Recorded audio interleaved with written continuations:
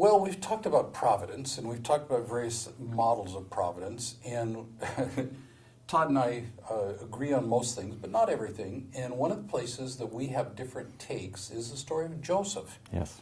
And it's such an incredibly important story. How many chapters does it take up? It's like 13 chapters 12, or something 13. like that. I mean, it's a major, major story there in the Old Testament. And it begins with Joseph as a 17-year-old and ends with him as the prime minister of Egypt and all the stuff in between there. And kind of a key passage, you've heard us talking about it before, is the brothers come to him and they say, "Oh my gosh, you're going to kill us. Daddy told you not to kill us." And he says, "Don't sweat it." He said, and then in 19, "Don't fear. Am I in the place of God?" And the answer, if you think about it, is absolutely. He has total power. He can say, "Kill them," and they're dead. I mean, that's all there is to it. Closest thing to God on earth they will ever see. It's really close. But then in verse 20, "As for you, you meant it evil against me." So that's one side. But, key thing there, God meant it for good, to bring about that many people should be kept alive. So here we have the two determinations. You meant evil. God meant good. And that's how the two relate together. That's kind of the key passage, is how do these two relate together? And whatever else you take, you have to take what it is. So Todd, when you did your presentation, you said what? I said that here you have two moral agents. You have God, who has intentions and who is directing, and you had the brothers as another, say, a group now of moral agents who have motivations, and they're doing directing.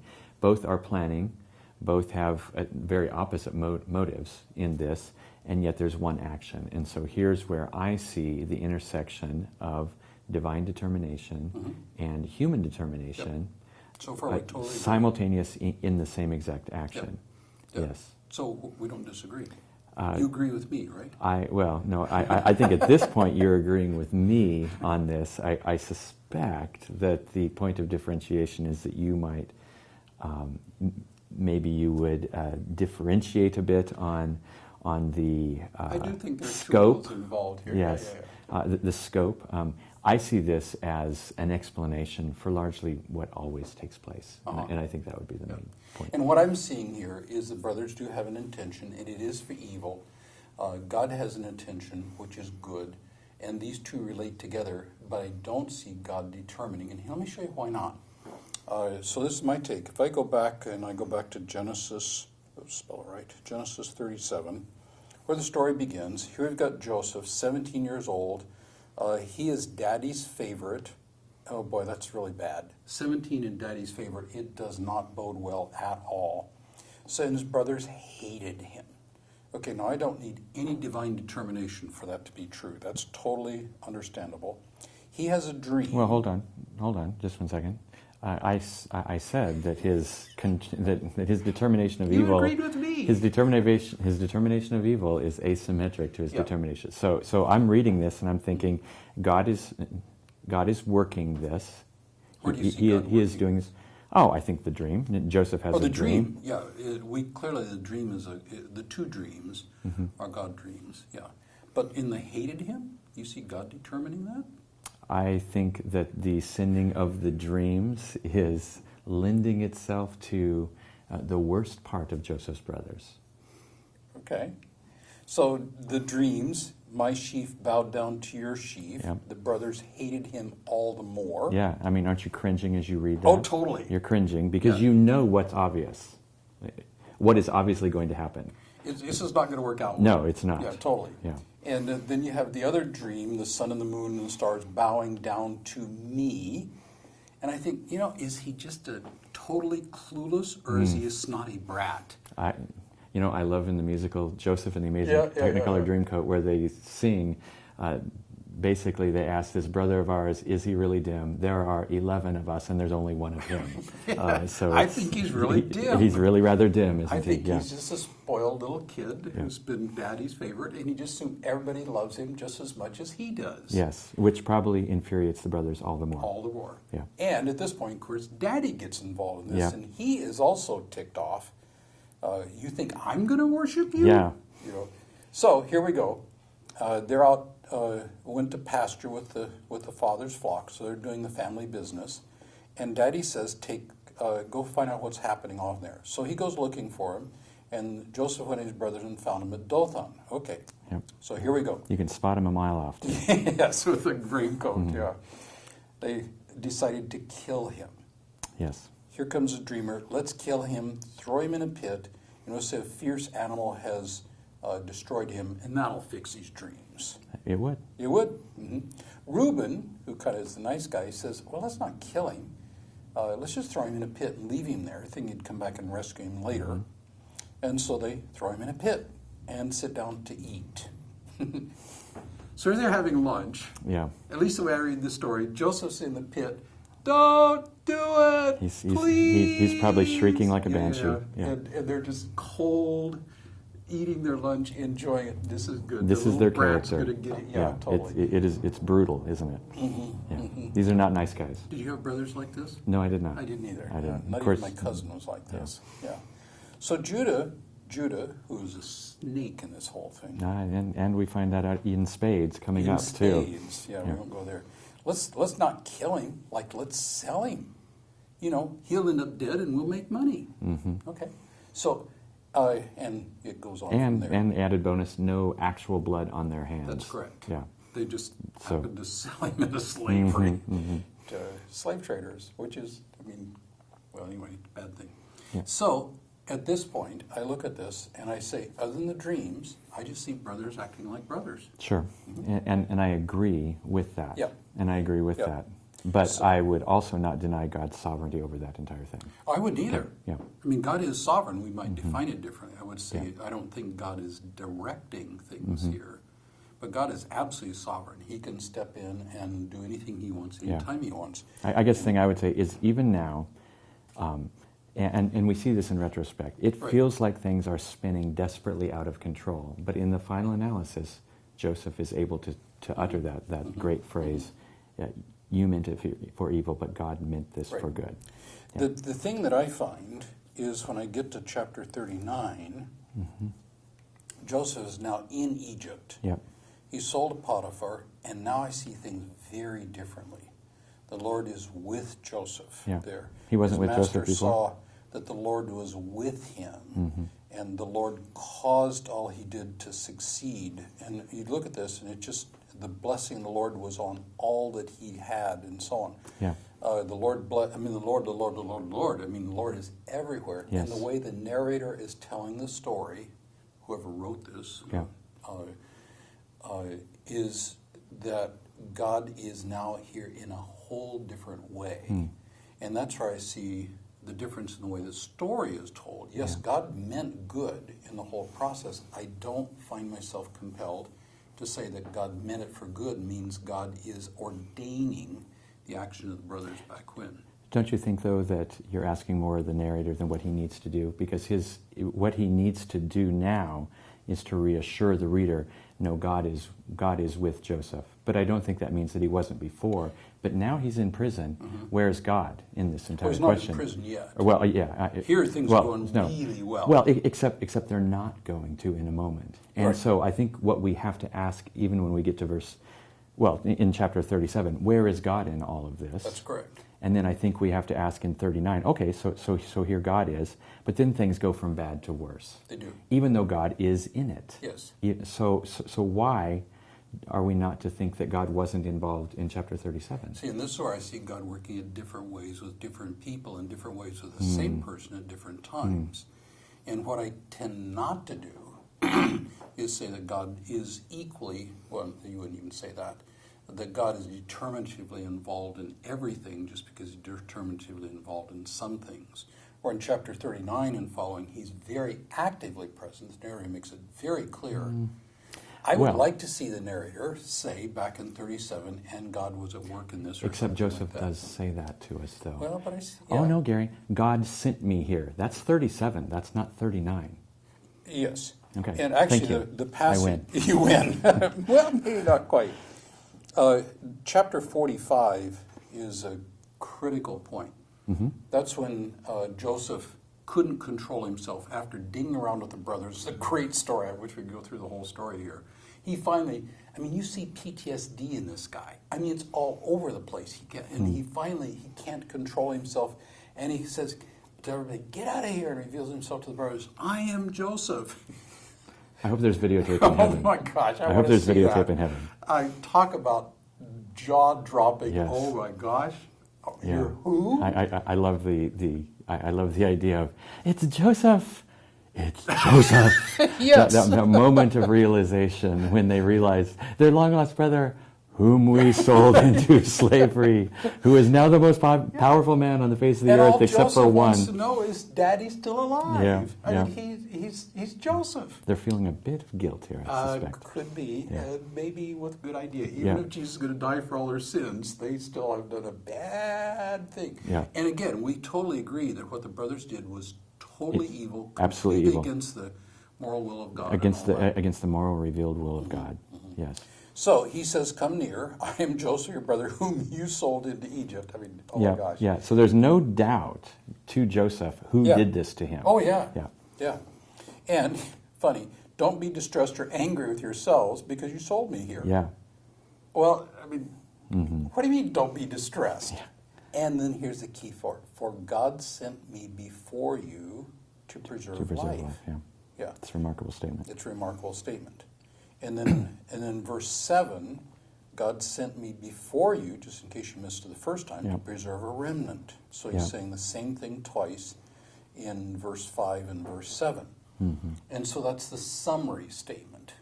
So clearly, God is involved in this. Yeah. I mean, we're not disagreeing on that point at all. But I do see the asymmetry of chapter 37 and 39. And people say, well, God had to send him there. God could have gotten him to Egypt in lots of different ways. And God is working in this situation. I mean, that we agree with completely. Yeah. I just don't find myself yet compelled to say God determined that. And I don't think you'd say he determined that in the same way he did being with Joseph when he's in Egypt. Or maybe you would. Well, I probably would. I mean, I think that God is meticulously in control of all these things. And I think this is a very strong statement in verse 7. God sent me before you. So I think he is looking back even on the events of chapter 37 and saying, God sent me here. I mean, that's a very strong verb. It's not active. So when I take it, this was the plan. Yeah. And this Joseph's looking back, and he's seen God hand and work in this, and where that comes from. So we're going to differ on this. And what I'm doing is I'm seeing the story inform the summary statement, and you're seeing the summary statement informing the story, if I'm reading it right. I'll settle for that. Yeah, I mean, not this that point. Yeah. So we're going to differ a bit on this. Now, one more passage, as we kind of talk about some things where we disagree, or at least read things differently. One of the passages that Greg Boyd uses for his open theism is Jeremiah 32. And it's talking about here the evil of the children of Israel and Judah to provoke me to anger. And these are the guys who are going to the morning sacrifice at the temple. And they're doing their sacrifice to Yahweh, or participating in that. And then it says, they have turned their back on me. They have persistently not listened to receive instruction. Verse 34, they set up their abominations in the house that's called by my name to defile it. Yeah. So here's guys who presumably are doing the morning sacrifice. I mean, they're in Jerusalem. And they're also setting up demonic stuff inside the temple. Yeah. But we're not to the bad stuff yet. I mean, we are, but it gets worse. It gets worse. They built high places of Baal in the valley of the son of Hinnom, so that's where Gehenna comes from, and that valley is to the east of Jerusalem. I've been in hell. It's actually a nice place now. It's a very nice a park, place. Yeah. It's beautiful. Yeah. And what are they doing in this place? They are offering up their sons and daughters to Moloch. Oops. Oops. And, I mean, we can actually go back and look at stuff from that day. I just heard report of an archaeological dig where they had found one of these worship sites, and there were little bits of children's bones all over the place. I mean, it's a horrible thing. That wasn't in Valley of Hinnom, it was another place. Yeah. And what God says here... It's actually a park now, to where if you go to Israel with Western Seminary, Jerusalem University College sits right over the Valley of Hinnom. Yeah. And I highly encourage you to take the trip. Yes. It's a great trip. We've both been on it. Yeah. And you can go to hell while you're there. Back to regularly scheduled programming. Right? Totally. Yeah. And what God says here is, I did not command them, nor did it enter my mind that they should do this abomination that caused Judah to sin.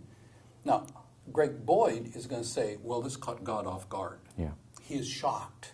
And Well, of course, he's both of us shocked. would say no to Well, that. because yeah. Deuteronomy 12, he says, if you start doing their gods, you will do their practices and Yeah. offer up your children. It's Yeah. like God didn't know what was going to happen. Yeah, it's there in Deuteronomy 28 as Yeah. well with the Yeah. cursing. And, yeah. So what I would say here is, I'd say this is a definitive statement where God is saying, this is not me. And you're going to say, this is I think somehow. it's true. I think you're right. This Well, is not certainly God. on one level, we yeah, agree. it is not God. It's- That God has said, don't do such Right. things. It's a violation of everything, imago Deinis, and it's a violation of the clear, articulated will of God in terms of what you're supposed to do and what Yeah. you're not supposed to do. Yeah. I still think, though, that this is part of God's sovereign plan. Well, I'd say it's part of his plan. We agree with that. Well, But you can say it's determined. yes, I will say that. I have to say oh that. my gosh, you have to say that. I have to say that because Even I'm though a God meticulous says, providence. it did not enter my mind. Well, you know, Courtney, I mean, you would have to admit that that is a figure of speech. Oh, right? it absolutely Okay. is a figure of Yeah. speech. I completely And so- disagree with Greg Greg Boyd's Boyd, yeah. over-literalization of this metaphor, this Yeah. image, Yeah, figure of speech, whatever. it and is so you're we'll referring just to. take it. So we'll take it to different degrees of figuration. Is that? Yeah, is that- this is one of those places where I find it really hard to go to meticulous providence. Mhm. And this is kind of, I have my Yeah. epitome verses, and this is an epitome verse. Yeah. See, my epitome verse is like the death of Christ on the cross. Yeah. Well, see, I totally agree. Christ Yeah. determined that. Yeah. That's more problem Is that for not Jack. is that not even a worse thing than this, though? But see, there it's clearly said that God did it, and there's a clear, I grant you that. huge glory outcome of that. Yeah. Where this one, it's hard to see any glory Oh, outcome. from there's this. got to be glory Where? in that. In the judgment of sin, God is glorified. Oh, yes. Yes, That's true. in a You have to sense. agree. It's not in a sense, explicitly in Scripture. When God, all through Revelation, God is glorified for judging sin. That's what He is praised for in heaven, for judgment, Yes. and for creation, Yes. and for redemption. Yes. But we dare not deny Yes. that in the economy of glory, it's maximized Yes, through no, I judgment agree of with sin. that, the Okay. judgment of sin. Yeah, totally. His plan is to destroy the serpent, and Sure. he does it quite dramatically. I completely Yeah. agree with that, of course. But he determines this? Well, if he determines He determines a sin like anything, this he's got so to he can determine that. kill them? As strange as that may sound, Oh, I will stand I'm with not sure that. we're going to quite agree on Yeah. that one. But I don't know what alternative you're left with at this point. What alternative? Yeah. This is So, like, people how does this? resisting the will of Oh, God. sure, and I agree with that. They're resisting In a the will of God. I would say in a The- decretive sense. in In a- a determinative sense. Well, then it's God not a didn't- decree anymore. It's a plan. It's a.